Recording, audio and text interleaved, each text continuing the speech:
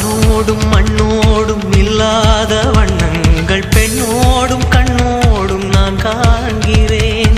தாலாட்டில் இல்லாத சங்கீத சாரங்கள் பாராட்டும் உன் பாட்டில் நான் கேட்கிறேன். மழைத்துளி என்னதவம் தான் செய்ததோ மலர் கொண்ட மார்போடு தொட்டாடுதே. மழைத்துளி தொட்ட இடம்